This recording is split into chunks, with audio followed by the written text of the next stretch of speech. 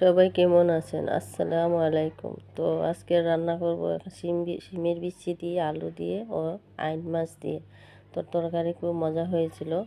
তো এখানে পেঁয়াজ দিয়ে, হলুদ, মরিচ, ধনিয়ার গুঁড়ো, লবণ দিয়ে একসাথে একটু বাগার কষিয়ে নিলাম। তারপরে এখানে শিমের বিচি, আলু দিয়ে দিলাম, দিয়ে তারপর টমেটো দিয়ে দিলাম, কাঁচামরিচ দিয়ে দিলাম, দিয়ে তারপর একটু কষিয়ে নিয়ে তারপর আবার একটু পানি দিয়ে জাল দিয়ে নিব সিদ্ধ হওয়ার পর্যন্ত।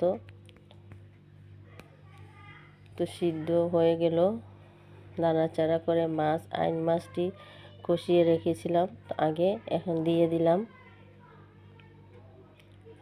আর গ্যাসের যে অবস্থা, দেখুন তরকারি জাল হচ্ছে না, গ্যাস নাই। তো যাই হোক, এখানে ধনিয়া পাতা দিয়ে দিলাম, দিয়ে ঝোল দিয়ে দিলাম। তো তরকারি ভালো রকম জাল হচ্ছে না, যাই হোক মজা হয়েছিল।